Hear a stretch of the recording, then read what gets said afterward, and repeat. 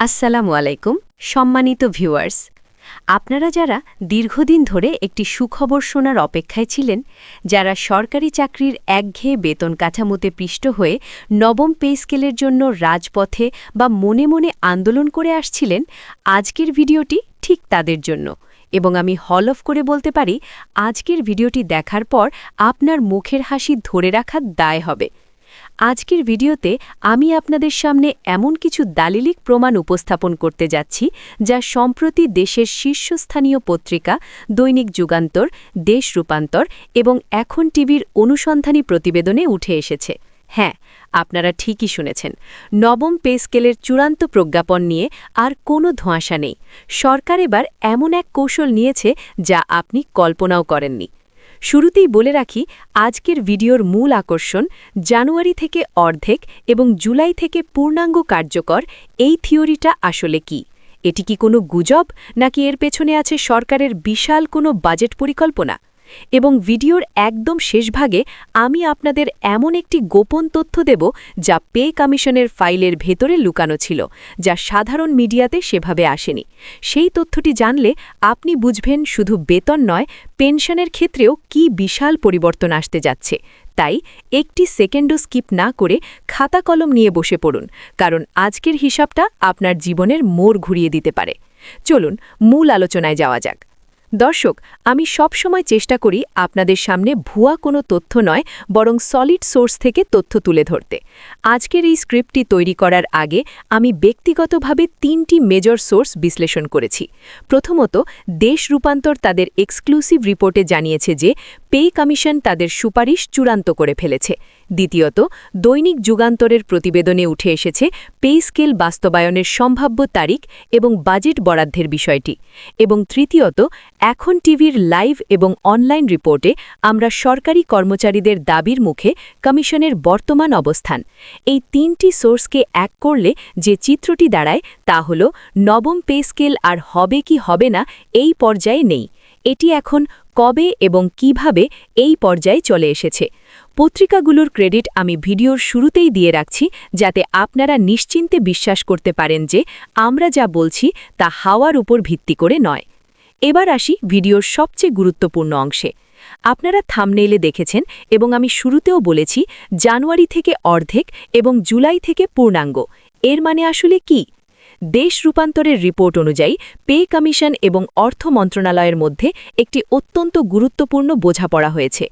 আমরা জানি, একটা পূর্ণাঙ্গ পে স্কেল বাস্তবায়ন করতে সরকারের প্রায় ৭০ থেকে ৮০ হাজার কোটি টাকার অতিরিক্ত প্রয়োজন হয়। দেশের বর্তমান অর্থনৈতিক পরিস্থিতিতে হুট করে এত টাকা বের করা কঠিন। তাই সরকার একটি ফেজড ইমপ্লিমেন্টেশন বা ধাপে ধাপে বাস্তবায়নের কৌশলে যাচ্ছে। বিষয়টি সহজ করে বুঝিয়ে বলি। রিপোর্ট অনুযায়ী জানুয়ারি মাস থেকে এই পে স্কেলটি আংশিক বা পার্শিয়াল কার্যকর হবে। এর মানে হল, আপনাদের বর্ধিত বেতনের একটি অংশ বা এরিয়া হিসেবে এটি গণনা শুরু হতে পারে, অথবা মূল বেতনের সাথে একটি ফিক্সড অংশ যোগ হতে পারে জানুয়ারি থেকে। আর জুলাই মাস, অর্থাৎ নতুন অর্থবছর যখন শুরু হবে, তখন থেকে এই স্কেলটি পূর্ণাঙ্গ বা ফুল স্কেলে কার্যকর হবে। তখন আপনারা ইনক্রিমেন্ট, নতুন বাসা ভাড়া এবং অন্যান্য ভাতাসহ পুরো প্যাকেজটি হাতে পাবেন। সরকার কেন এটা করছে? কারণ চলতি অর্থবছরের সংশোধিত বাজেটে পরিচালন ব্যয় বাবদ প্রায় ২২,০০০ কোটি টাকা অতিরিক্ত বরাদ্দ রাখা হয়েছে। এই ২২,০০০ কোটি টাকা দিয়েই মূলত জানুয়ারি থেকে জুন মাস পর্যন্ত সময়কালের আংশিক বেতন বা এরিয়া কভার করা হবে। এটি একটি মাস্টার স্ট্রোক। এতে কর্মচারীদের দীর্ঘদিনের ক্ষোভও প্রশমিত হবে, আবার সরকারের উপর একবারে বিশাল আর্থিক চাপও পড়বে না। এখন আপনাদের মনে নিশ্চয়ই প্রশ্ন জাগছে, ভাই বুঝলাম কার্যকর হবে, কিন্তু পকেটে কত আসবে? আসুন পে কমিশনের সুপারিশের ভিত্তিতে টাকার অঙ্কটা একটু নাড়াচাড়া করি। সূত্রগুলো নিশ্চিত করেছে যে এবার সর্বোচ্চ এবং সর্বনিম্ন বেতনের অনুপাত বা রেশিও হতে যাচ্ছে ১:৮। এর মানে কি জানেন? বর্তমানে ২০তম গ্রেডে একজন কর্মচারীর মূল বেতন বা বেসিক হচ্ছে ৮,২৫০ টাকা। কমিশনের সুপারিশ অনুযায়ী এটি দ্বিগুণেরও বেশি করে ২০,০০০ টাকা করার প্রস্তাব করা হয়েছে। জি, ঠিকই শুনেছেন, 20,000 টাকা শুধু বেসিক। তাহলে ভাবুন, যার বেসিক 8,250 থেকে বেড়ে 20,000 হচ্ছে, তার মোট বেতন, বাড়ি ভাড়া, চিকিৎসা ভাতা, টিফিন ভাতা সব মিলিয়ে কোথায় গিয়ে দাঁড়াবে? প্রায় 35 থেকে 40,000 টাকার কাছাকাছি। অন্যদিকে সর্বোচ্চ গ্রেড বা প্রথম গ্রেডের অফিসারদের বেতন 78,000 টাকা থেকে বাড়িয়ে 1,60,000 টাকা করার প্রস্তাব করা হয়েছে। এখন আপনারা যারা মাঝখানের গ্রেডে আছেন, অর্থাৎ 11 থেকে 16তম গ্রেডে, তাদের কি হবে? রিপোর্ট বলছে এই গ্রেডগুলোর বৈষম্য কমানোর জন্য বিশেষ নজর দেওয়া হয়েছে। ধারণা করা হচ্ছে 11তম গ্রেডের বেসিক 12,500 থেকে বেড়ে প্রায় 30,000-এর কোঠায় চলে যেতে পারে, অর্থাৎ প্রায় 90% থেকে 100% বেতন বৃদ্ধির একটি প্রস্তাবনা রেডি করা হয়েছে। তবে এখানে একটি কিন্তু আছে। কমিশনের একটি অংশ চায় বর্তমান 20টি গ্রেড কমিয়ে 16টি বা 14টিতে নিয়ে আসতে। যদি গ্রেড কমের 16টি হয়, তাহলে অনেকের পদমর্যাদা এবং বেতন অটোমেটিক্যালি আপগ্রেড হয়ে যাবে। এটি নিয়ে কমিশনের জোর তর্ক-বিতর্ক চলছে, যা চূড়ান্ত রিপোর্টের দিন পরিষ্কার হবে। বন্ধুরা, আমরা শুধু টাকার অঙ্ক নিয়ে কথা বললেই হবে না, বাস্তবতাটাও বুঝতে হবে। কেন এই পে স্কেল এখন সময়ের দাবি? যুগান্তর এবং এখন টিভির প্রতিবেদনে উঠে এসেছে যে 2015 সালে শেষ পে স্কেল দেওয়া হয়েছিল। আজ 2025-26 সাল। দীর্ঘ 11 বছরে বাজারের অবস্থা কোথায় গিয়ে ঠেকেছে?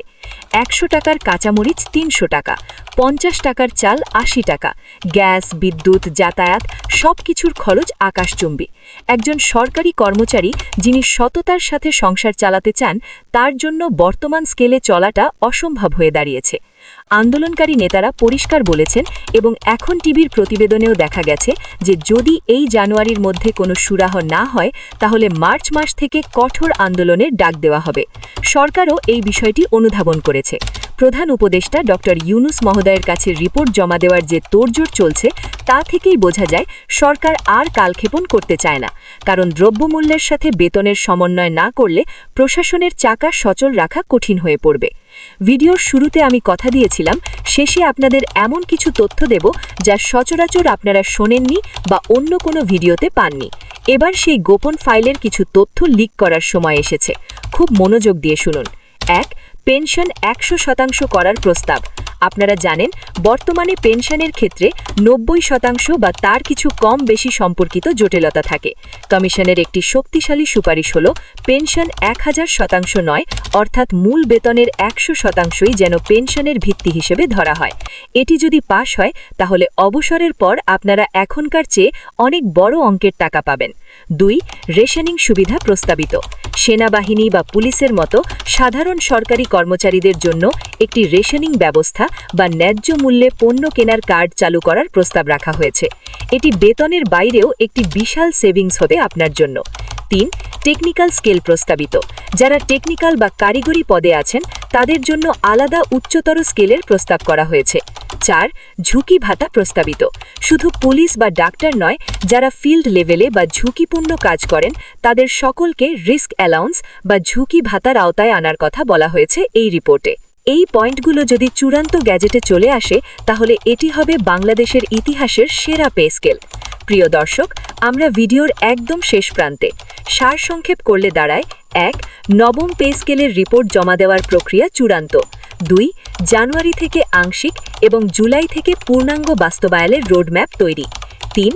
সর্বনিম্ন 20,000 এবং সর্বোচ্চ 1,60,000 টাকার প্রস্তাব। 4. গ্রেড সংখ্যা কমানোর সম্ভাবনা প্রবল। এখন আপনার কাজ কি? আপনার কাজ হলো চোখ কান খোলা রাখা, কারণ যে কোনো দিন, যে কোনো মুহূর্তে অর্থ মন্ত্রণালয় বা মন্ত্রিপরিষদ বিভাগ থেকে সেই কাঙ্ক্ষিত প্রজ্ঞাপনটি জারি হতে পারে। আর সেই প্রজ্ঞাপন জারি হওয়ার মাত্র 5 মিনিটের মধ্যে তার পুঙ্খানুপুঙ্খ বিশ্লেষণ নিয়ে আমি হাজির হব এই চ্যানেলে। তাই সেই আপডেটটি মিস করতে না চাইলে এখনই চ্যানেলটি সাবস্ক্রাইব করে বেল আইকনটি বাজিয়ে দিন। আর কমেন্ট বক্সে জানান আপনার বর্তমান গ্রেড কত এবং আপনি নতুন স্কেলে কত টাকা বেতন আশা করছেন। আপনাদের প্রতিটি কমেন্ট আমাদের জন্য এবং কর্তৃপক্ষের নজরে আনার জন্য গুরুত্বপূর্ণ। দেখা হবে বিজয়ের সংবাদ নিয়ে পরবর্তী ভিডিওতে। ততক্ষণ পর্যন্ত ভালো থাকুন, সুস্থ থাকুন এবং নিজের হকের ব্যাপারে সচেতন থাকুন। আল্লাহ হাফেজ।